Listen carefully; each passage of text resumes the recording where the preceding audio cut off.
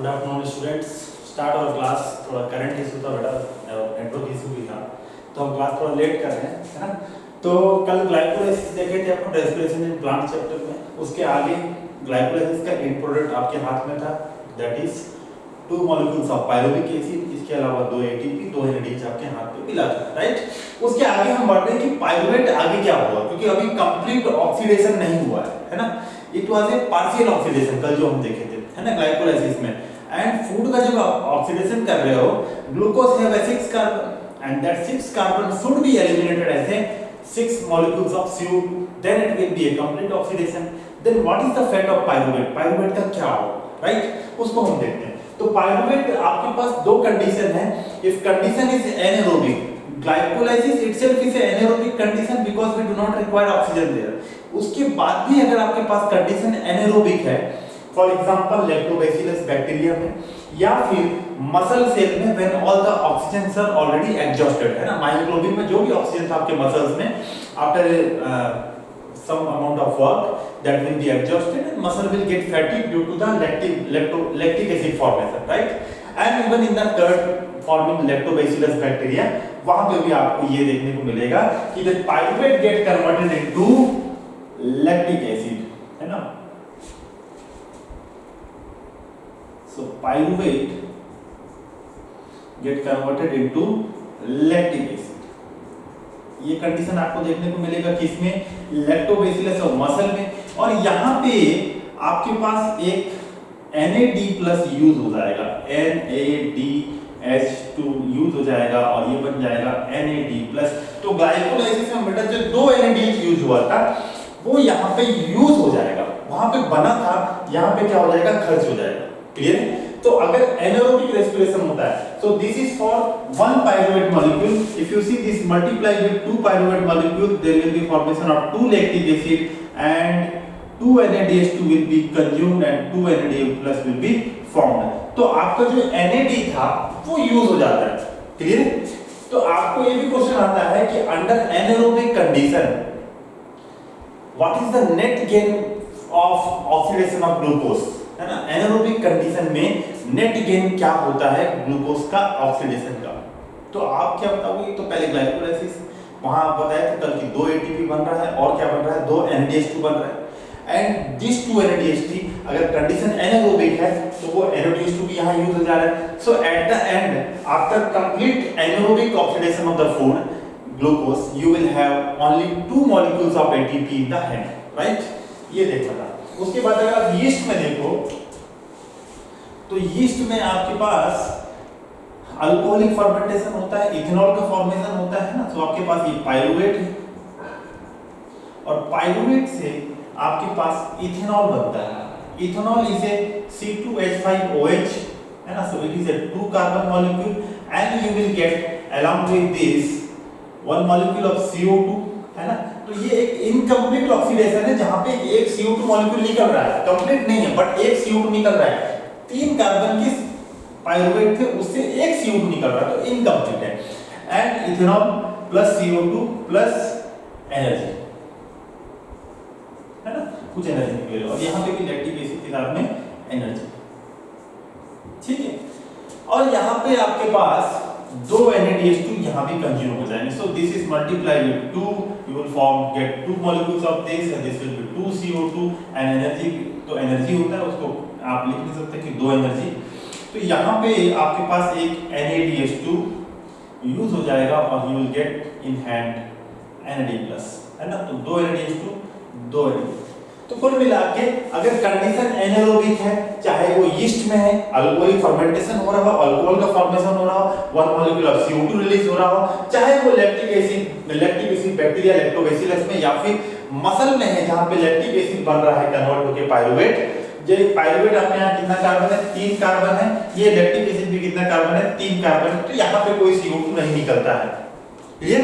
और under this condition both the condition 2 molecules of NADH2 जो आपके पास हाथ में था वो कंज्यूम हो रहा है ना।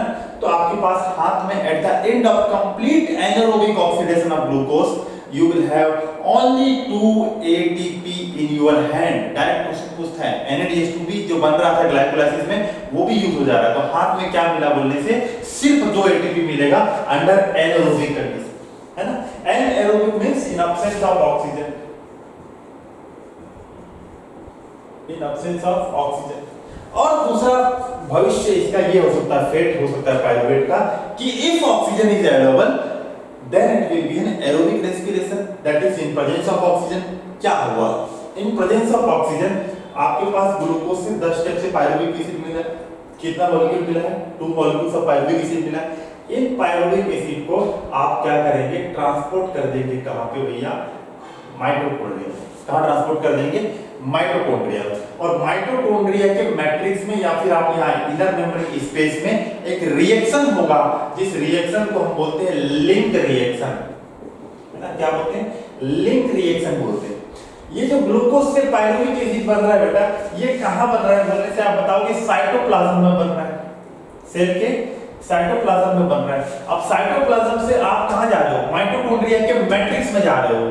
तो ये जो बीच का साइटोप्लाज्म से और माइटोकॉन्ड्रिया मैट्रिक्स के बीच का जो लिंक बन रहा है, जो ट्रांसफर हो रहा है मॉलिक्यूल, और वहां पे एक रिएक्शन भी हो रहा है, इसलिए इस रिएक्शन को क्या बोल रहे हैं, लिंक रिएक्शन बोल रहे हैं। ठीक है, तो यहां मैं इसको आपको लिखता हूं कि लिंक रिएक्शन में क्या होगा, लिंक रिएक्शन। ठीक है, तो यहां भी लिख सकते हैं, anyway that will be very good. Link reaction में आपके पास आपको एक जरूरत पड़ेगा कोएंजाइम ए। ठीक है, एक क्या जरूरत पड़ जाएगा आपको, एक कोएंजाइम ए लगेगा। इसके अलावा यहाँ पे आपको लगेगा एक enzyme pyruvate dehydrogenase, pyruvate dehydrogenase enzyme लगेगा। क्लियर, ये एंजाइम लगेगा, ये एंजाइम लगेगा। तो यहाँ पे आप समझो कि एक आपके पास NADH फॉर्मेशन होगा। क्या फॉर्मेशन होगा, NADH का फॉर्मेशन होगा। तो NAD प्लस से आपको NADH2 ये मिलके मिलेगा। क्लियर, और साथ में यहाँ पे आपके पास एक CO2 मॉलिक्यूल बाहर निकलेगा, है ना। एक CO2 मॉलिक्यूल क्या होगा, रिलीज होगा। तो आपके पास पाइरुवेट कितने कार्बन का है भैया, 3 कार्बन का है। 3 कार्बन में से एक कार्बन क्या हो गया, बाहर निकल गया CO2 के फॉर्म में। So you will have a product जो कि कितना होगा, 2 कार्बन, तो आपके हाथ में 2 कार्बन का प्रोडक्ट मिलेगा, और इस प्रोडक्ट का नाम है एसिटाइल को ए। क्लियर, 3 कार्बन से 2 कार्बन है, एसिटाइल 2 कार्बन का होता है, और उसमें जो आपने ये कोवे इंसर्ट किया था, ये कोवे इसके साथ लग गया। And this process is oxidation process. ये प्रोसेस क्या हो रहा है बेटा, पाइरुविक एसिड का ऑक्सीडेशन हो रहा है, और साथ में CO2 भी बाहर निकाल रहे हो, तो that is decarboxylation. Then this complete reaction, link reaction को हम क्या बोलते हैं, ऑक्सीडेटिव डीकार्बोक्सिलेशन, ऑक्सीडेटिव डीकार्बोक्सिलेशन, है ना।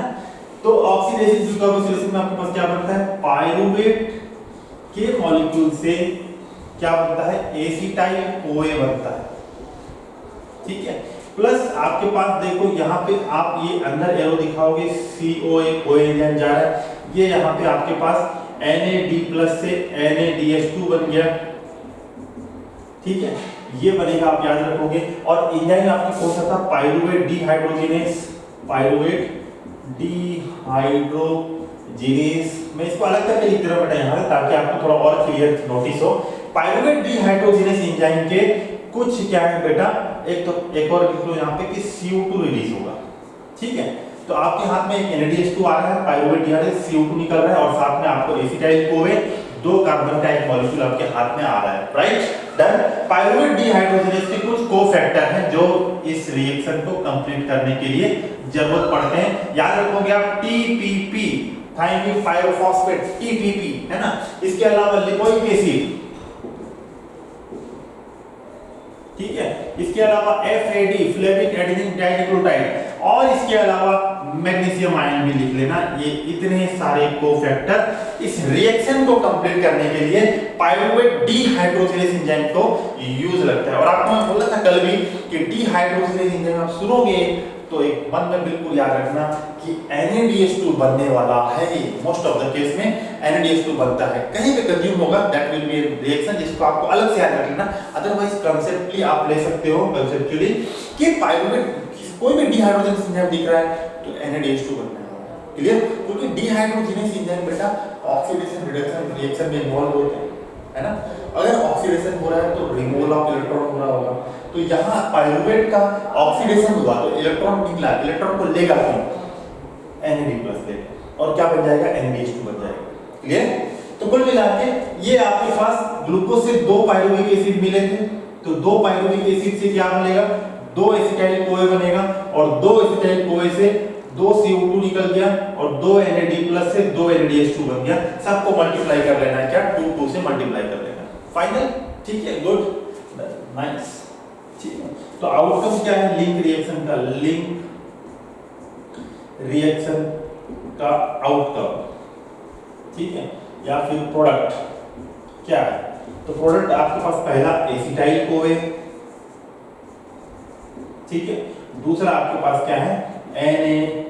NaDH2 मॉलिक्यूल, ठीक है, and this is for 1 pyruvate. किसके लिए लिख रहे हैं बेटा हम? 1 पाइरुवेट मॉलिक्यूल के लिए लिख रहे हैं। तो इसका मतलब अगर आपको ग्लूकोज के लिए पूछता है तो 2 पाइरुवेट हो जाएंगे, 2 पाइरुवेट के लिए सबको आपको क्या करना है? 2 से मल्टीप्लाई करना है, 2 एसिटाइल CoA 2 NaDH2 मल्टीप्लाई करना है, ठीक है। एंड दिस एसिटाइल CoA अब ये इंटर हो गया बेटा माइटोकॉन्ड्रिया के मैट्रिक्स में, है ना? इसको अपन लिख रहे हैं बेटा माइटोकॉन्ड्रिया, है ना? ये आपका आउटर मेम्ब्रेन है बाहर में, ये आपका इनर मेम्ब्रेन है जो क्रिस्टे के फॉर्म में है ना? और आउटर और इनर मेम्ब्रेन के बीच में इनर मेम्ब्रेन स्पेस है, फाइनल। इनर मेम्ब्रेन में आपके पास यहाँ पे कुछ कॉम्प्लेक्स प्रोटीन ऐसे अरेंज है ना? इन कॉम्प्लेक्स ऑफ प्रोटीन को आप बोलते हो electron transport system, electron transport system बोलते हो आप, ETS, है ना? इलेक्ट्रॉन, और यहीं पे जाके आपके पास ऑक्सीडेटिव फॉस्फोराइलेशन होगा और ATP का फॉर्मेशन होगा। ये सब NaDH2 कहाँ जाएंगे? ये NaDH2 कहाँ जाएगा बेटा? इलेक्ट्रॉन ट्रांसपोर्ट सिस्टम में तो जाएगा और अपना इलेक्ट्रॉन को देगा, फिर इलेक्ट्रॉन यहाँ से यहाँ फ्लो होते हुए लास्ट में ऑक्सीजन इलेक्ट्रॉन को ले लेगा और आपके पास ATP का फॉर्मेशन होगा वहां पे कॉम्प्लेक्स नंबर 5 से, ठीक है? Electron transport system is a complete different topic that will be studied after the TCA cycle, है ना? तो एसिटाइल CoA आपके पास कहां पहुंच गया? मैट्रिक्स में पहुंच गया। अब इस मैट्रिक्स में acetyl CoA will enter into the TCA cycle। ये कहां चले जाएगा भैया? TCA साइकिल में चले जाएगा, या फिर आप बोल सकते हो कि क्रैब्स साइकिल में चले जाएगा, क्रैब्स साइकिल, ठीक है? क्लियर है बात? ठीक, ओके, सो क्रैब्स साइकिल में चले जाएगा and Krebs cycle will see tomorrow, है ना? Thank you for today's class, will meet tomorrow. आप कम से कम ग्लाइकोलाइसिस का कितना प्रोडक्ट बन रहा है, कितना ATP फॉर्मेशन हुआ, कंप्लीट एनारोबिक होगा तो क्या होगा, और कंप्लीट एरोबिक होगा तो क्या सीन होगा, कितने ATP बनेंगे, आपको वो calculation should be in your head, आपके हेड में होना चाहिए एनी टाइम। और कौन से स्टेप में ATP बन रहा है, कौन से स्टेप पे कंज्यूम हो रहा है, आपको बिल्कुल पिक्चराइजेशन के रूप में माइंड में याद रखना चाहिए, ठीक है? सो दैट अगर आपको इतना याद है तो आपका क्वेश्चन से सीधे नंबर 4, एक क्वेश्चन पे 4 नंबर आपके हाथ से कोई नहीं जीत सकता, और अच्छे 3-4 क्वेश्चन आ गए तो बहुत अच्छी बात है ना? So keep working hard. Thank you for today's class, will meet tomorrow.